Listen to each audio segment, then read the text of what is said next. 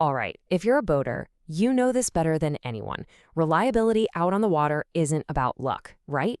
It all comes down to good maintenance. And today, we're going to dive into one of those jobs that's super critical but, easy to forget, greasing your outboard motor. And trust me, this isn't just some boring chore. It's literally your first line of defense against some really, really expensive breakdowns. So let's kick this off with just a number, $800. That's it. Just let that sink in for a second. What do you think that represents in the world of boating? Well, that's the price tag for one seized steering system.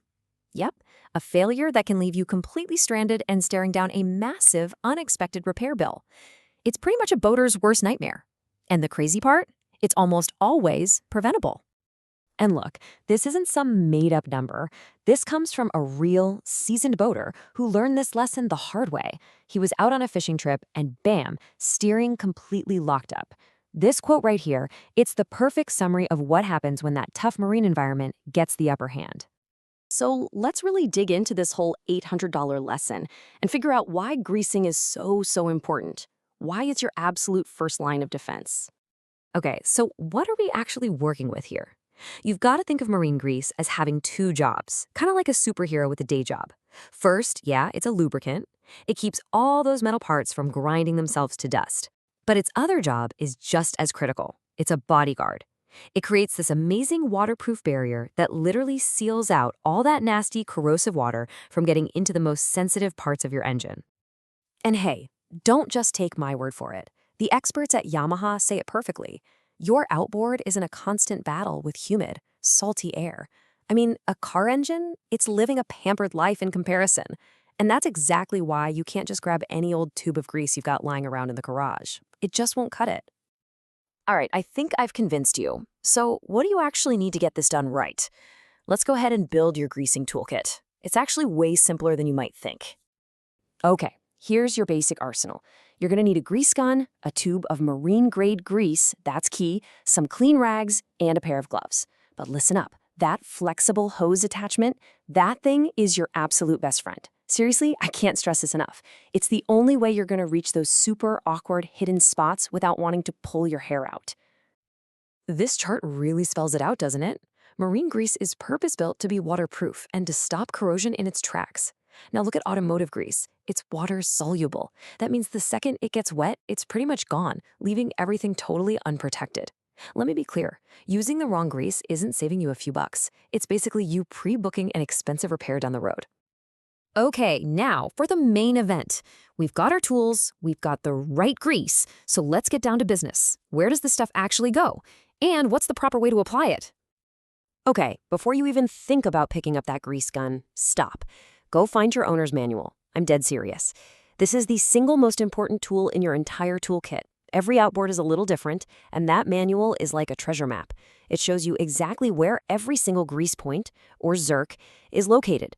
Don't guess, you have to know. Now, your manual is always going to be your guide, but here are the usual suspects you'll be on the lookout for. You've got the propeller shaft, of course, the swivel bracket, that's what lets your motor turn left and right, the tilt tube and lever, which let you trim up and down, and of course, the steering cables and link rods. Miss any one of these, and you are asking for trouble. The actual technique? It's beautifully simple. You just have to remember 3 words. Clean, pump, wipe. That's it. First, you clean the fitting. You don't want to be injecting dirt and grime into the joint, right? Second, you pump in the new grease, and you'll keep pumping until you see the fresh stuff pushing out the old, nasty grease. And third, you wipe away all that excess. It keeps things clean and stops it from becoming a dirt magnet. And the big question is always, how do I know when to stop pumping? Well, as maintenance pro Ryan Moody says, you pump until you see that fresh grease start to ooze out. That's your signal.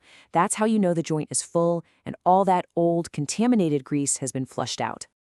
So, you've done it once? Fantastic. But this is definitely not a one-and-done kind of job.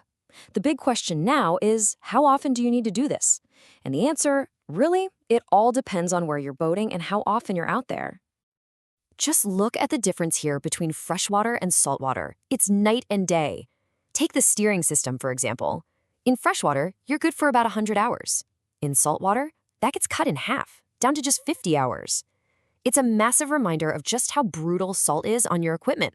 So use this chart as a good starting point, but you might need to adjust based on your own use. Okay, you've got the what, the where, and the when. Now let's wrap up with a few pro tips to help you avoid those common beginner mistakes and make sure you do a perfect job every single time. This is a question I hear all the time. If a little grease is good, then a lot of grease must be better, right? Is it even possible to over-grease your motor? And the answer is a big fat yes. You absolutely can overgrease it. See, if you pump way too much in, the pressure can actually build up and blow out the seals, the very things that are designed to protect the joint in the first place. Then all that extra grease just sits there and becomes this sticky magnet for sand and grit, creating a nasty paste that can do way more harm than good. So let's just boil it all down. This right here shows the top 3 rookie mistakes people make. Number 1, using the wrong kind of grease. We've talked about what a disaster that is. Number 2, skipping a fitting, usually because it's in a spot that's a pain to get to. And number 3, maybe the easiest one to avoid, not wiping the fitting clean before you start pumping. Seriously, if you can just avoid these 3 things, you're already way ahead of the game. And to really hammer home how important the little details are, listen to this story. When you're greasing that prop shaft, take 2 extra seconds to check the cotter pin. One of the sources for this explainer told a story about how a 50-cent pin failed and led to a $1,200 repair. A tiny little part doing a huge job. Always, always check it. In the end, it really all comes down to this. Like technical editor Charles Fort says, outboards just can't survive without a good grease job. This isn't some optional, nice-to-do thing. It's absolutely fundamental if you want your motor to last. And that really just leaves us with one last question for you to think about. After all this, think about your own motor right now. Is it actually protected? Or is there a costly, silent problem, like corrosion, just waiting to reveal itself out on the water? The choice and the grease gun are in your hands.